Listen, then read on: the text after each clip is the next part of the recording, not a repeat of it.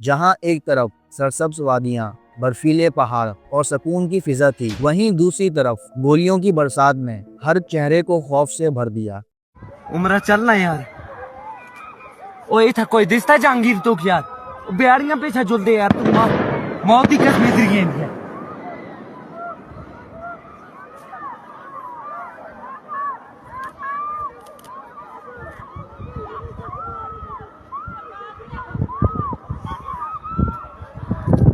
पहलगाम, जिसे लोग mini Switzerland कहते हैं, अप्रैल 2025 में एक खूनी मंजर का गवाह बना। बैठो बैठो आराम से बैठो। फायरिंग कर रहे हैं वो लोग, हाँ फायरिंग कर रहे हैं। चोट हम आ रहे हैं, आप टेंशन ठीक है हम बचा देंगे ना, आप टेंशन। आ रहा हूँ मैं, कहाँ पे आपका ये husband? Please ask for help. We don't need okay, don't worry you okay, you need a water sir? Sir, we'll manage. Just Huh? ask for help. Okay you first आप बोले ना मुझे। यहाँ पर भी क्या बोलते भेलपुरी खाली तो मेरा पति साइड में था, एक इंसान है उसने उसको गोली मार दी।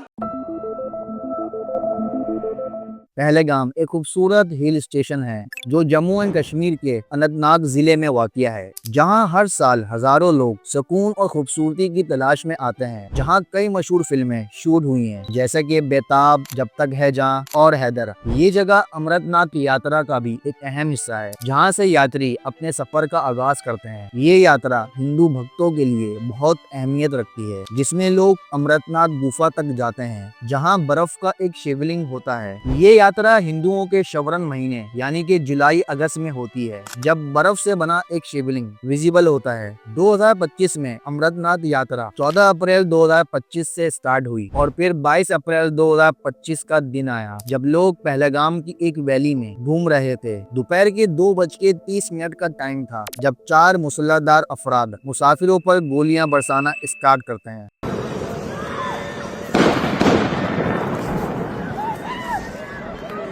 यहाँ पर अटैक हुआ आतंकवादियों का, हम लोग बाल बचे हैं, मगर परमात्मा रक्षा करेगा। इस हमले में टोटल 26 लोगों की जानें चली गईं, जिसमें से 25 इंडियन और एक नेपाली था। 20 से ज्यादा लोग जख्मी होते हैं। ये हमला कश्मीर में सिविलियंस पे होने वाला सबसे जानलेवा हमला था, जो 2008 के बम्बई अटैक के बाद सबसे ज्यादा जानलेवा साबित हुआ। एक नया मिलिटेंट ग्रुप कश्मीर रेसिस्टेंस ने इस हमले की जिम्मेदारी ली और कहा कि ये हमला डेमोग्राफिक चेंज के खिलाफ एक जवाब था। इस हमले के फौरन बाद हमेशा की तरह इंडियन अथॉरिटीज ने पाकिस्तान को ब्लेम किया और कुछ ही घंटों में सोशल मीडिया के ऊपर एक नई वॉर स्टार्ट हो गई। हैशटैग ट्रेंड होने लगे, hashtag Pahalgam attack, hashtag Kashmir blade, hashtag Pakistan मुर्दाबाद, हैशटैग नो मर्सी। इन हैशटैगों में लोगों ने अपनी जज्बात और गुस्से का इजहार किया। पीएम मोदी ने न्यू दिल्ली में एक इमरजेंसी मीटिंग बुलाई और कहा, ये हमला सिर्फ कश्मीर पर नहीं, भारत की सॉवरेनिटी पर हुआ है, जवाब मिलेगा सख्त और फौरन। फिर स्टार्ट होती है इंडिया की डिप्लोमेटिक स्ट्रेटेजी, जैसे कि इंडस वाटर ट्रेटी को मुअत्तल कर दिया, वाघा अत्तारी बॉर्डर को बंद कर दिया गया, पाकिस्तान के डिप्लोमेट को इंडिया से निकाल दिया गया, एलओसी पर फायरिंग का तबादला हुआ और पाकिस्तान नेशनल को 48 घंटे का टाइम दिया कि मुल्क छोड़कर चले जाओ। इंडिया के डिफेंस मिनिस्टर राजनाथ सिंह ने कहा, हम सिर्फ हमला करने वालों को नहीं, उनके पीछे बैठे साजिश करने वालों को भी सामने लाएंगे। Recognizing the seriousness of this terrorist attack, the CCS decided upon the following measures. 1. The Indus Waters Treaty of 1960 will be held in abeyance with immediate effect until Pakistan credibly and irrevocably abjures its support for cross-border terrorism. जिसके बाद पाकिस्तान का रद्द-ए-अमल आया और पाकिस्तान ने भारत के इस इल्जाम को रद्द करते हुए कहा कि ये इल्जाम बगैर सबूत के हैं और ये आदत इंडिया की हमेशा से रही है कि उनके मंदिर के बाहर से चप्पल भी चोरी हो जाए तो वो पाकिस्तान को ब्लेम करते हैं। फिर पाकिस्तान ने भी इंडियन डिप्लोमेट को निकाल दिया, अपनी एयर स्पेस को इंडियन फ्लाइट्स के लिए बंद कर दिया, शिमला एग्रीमेंट को मुअत्तल करने की धमकी दी। पाकिस्तानी डिफेंस मिनिस्टर ख्वाजा आसिफ ने यह भी कहा कि भारत के मुख्तलिफ इलाकों में हुकूमत के खिलाफ बगावत चल रही है, जैसा कि नागालैंड, कश्मीर और मणिपुर में। ख्वाजा आसिफ ने यह भी कहा कि पाकिस्तान किसी भी इंटरनेशनल इन्वेस्टिगेशन में ताउन करने को तैयार है ताकि इस वाक़ये की हकीकत सामने आ सके। इंडिया ने हिस्ट्री में टाइम एंड अगेन जो उनके जो ब्लेम्स हैं वो ब्लेम गेम में पड़ते हैं और इसमें कोई शवाहिद नहीं है। अगर कोई शवाहिद हैं खुदा न खास्ता पाकिस्तान को किसी हवाले से भी मुलव्वस होने के, तो उनको चाहिए कि वो पाकिस्तान के साथ वो शेयर करें या दुनिया के साथ शेयर करें। अलबत्ता हमारे पास ऐसे शवाहिद मौजूद हैं कि श्रीनगर में कोई फॉरेन नेशनल्स रिसेंटली आए हैं, उनके पास हैवी इक्विपमेंट है और उनके क्या अज़ाइम हैं, उनके क्या डिज़ाइन है, वो हम पाकिस्तान उस पर कड़ी नज़र रखे हुए हैं। ये रद्द अमल दोनों मुल्कों के दरमियान टेंशन को बढ़ा रहा है और इंटरनेशनल सूरत हाल पर घबराहट का इजहार कर रहा है। यूनाइटेड नेशन ने दोनों मुल्कों को तहम्मुल बरताने की अपील की और कहा कि ये मसला पुरअमन तरीके से हल किया जाए। लेकिन यहाँ एक सवाल पैदा होता है, क्या सच में ये क्रॉस बॉर्डर टेररिज्म था या फिर ये एक और false flag operation? Expert divided हैं। कुछ कहते हैं कि ये लश्कर तैयबा का काम है और कुछ कहते हैं कि ये बीजेपी गवर्नमेंट का काम है। उन्होंने इलेक्शन से पहले अपना नैरेटिव बिल्ड किया। ह्यूमन राइट्स वाले कहते हैं कि कश्मीरी सिविलियंस फिर से बीच में फंस गए। ये हमला उस टाइम हुआ जब कश्मीर में टूरिज्म का पीक सीजन था, जिससे कश्मीर की इकोनॉमी को काफी भारी नुकसान हुआ। हजारों टूरिस्ट ने अपने ट्रिप कैंसिल किए और श्रीनगर से इमरजेंसी फ्लाइट अरेंज की। लोकल बिजनेस जो टूरिज्म पे डिपेंड करते हैं, उनके लिए ये एक मुसीबत बन गई। आंखें नम है। अब क्यों रो रहे हैं? बिल्कुल रोना इस बात का है कि हमारा घर परिवार इसी पे चल रहा था, अब बर्दाश्त नहीं हो रहा हमसे। आखिर हम करें तो करें क्या? ये इंसानियत का कत्ल है या हमारे बच्चों की कत्ल है, मैं बयान नहीं कर सकता।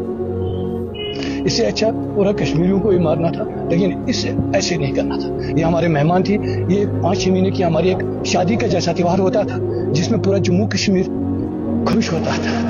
हमले के दौरान जब गोलियां चल रही थी, हर तरफ अफरा तफरी थी, उस टाइम लोकल सिविलियंस इंसानियत और बहादुरी की मिसाल बन गए। बिना डरे अटैक वाली साइड पे गए। जब कोई पुलिस या इंडियन आर्मी वहां मौजूद नहीं थी तो उन्होंने जख्मियों को अपनी गाड़ियों में अपने कंधों पे डालकर नियर बाय हॉस्पिटल पहुंचाया। लोगों ने अपने घरों में मुसाफिरों को रेस्क्यू किया, उन्हें फर्स्ट एड दी। दुकानदारों ने मुसाफिरों के लिए खाना पानी फ्री कर दिया। अटैक के बाद हॉस्पिटल में जब ब्लड की कमी हुई तो लोकल सिविलियंस ने हॉस्पिटल में जाके ब्लड डोनेट किया। था जो आपने उठाया था वो कौन था? बच्चा था, वो बोल रहा कि वो जो बच्चे था उनकी माँ था, और मेरे अलावा भी जो घोड़े वाले थे उनके कंधे पे उनकी माँ था, क्योंकि वो मैं उनके आगे जा रहा था, वो हमारे पीछे पीछे आ रहा था। मैं ही नहीं, बहुत सारे लोग थे। एक सिविलियंस सैयद आदिल हुसैन शाह जो कि रेस्क्यू के दौरान हलाक हुआ। 26 अफराद में वो वाहिद लोकल सिविलियंस मुसलमान था।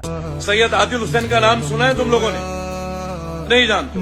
वो कोई बैट्समैन नहीं है, आईपीएल का खिलाड़ी नहीं है, फिल्म स्टार नहीं है। सैयद आदिल हुसैन वो था जो पहलगाम के इस कायराना आतंकवादी घटना में आतंकवादियों से भिड़ गया बंदूक छीनने में, और अपने पीछे हमारे उन भारतीय साथियों जिनको तुम हिंदू बोलोगे, मैं बोलूंगा मेरे भारतीय साथियों, उनको बचाने के लिए खुद शहीद हो गया। इंडियन मीडिया ने यह भी फैलाने की कोशिश की कि हमला आवर मजहब पूछ के गोलियां मार रहे थे कि तुम मुसलमान हो या हिंदू, लेकिन वहां मौजूद लोकल सिविलियंस ने और मुसाफिरों ने सोशल मीडिया के ऊपर ये वाजे किया कि टेररिज्म का मजहब से कोई वास्ता नहीं होता। होने का मकसद जो हमने अभी ये जेंटल मार्च किया है, हमारे यहाँ जमा होने का मकसद जो आज पहलगाम में टेरर अटैक हुआ है, हम पूरे पहलगाम की तरफ से इसकी पुरजोर मजम्मत करते हैं।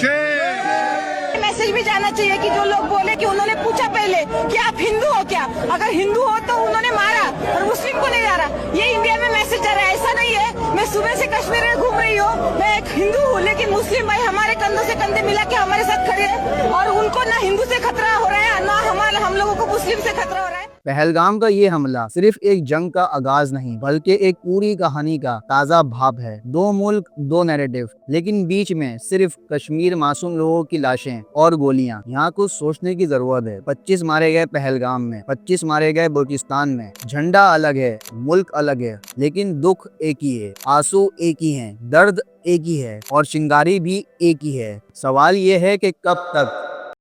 ये हमला एक रिमाइंडर है कि कश्मीर में अभी अमन बहुत दूर है और पॉलिटिकल स्टेबिलिटी की बहुत जरूरत है। पहलगाम का ये खूनी मंजर सिर्फ एक अटैक नहीं, बल्कि एक वेकअप कॉल है कि जब तक कश्मीर में असली अमन नहीं आता, जब तक हर मुस्कुराहट के पीछे एक खौफ छुपा होगा।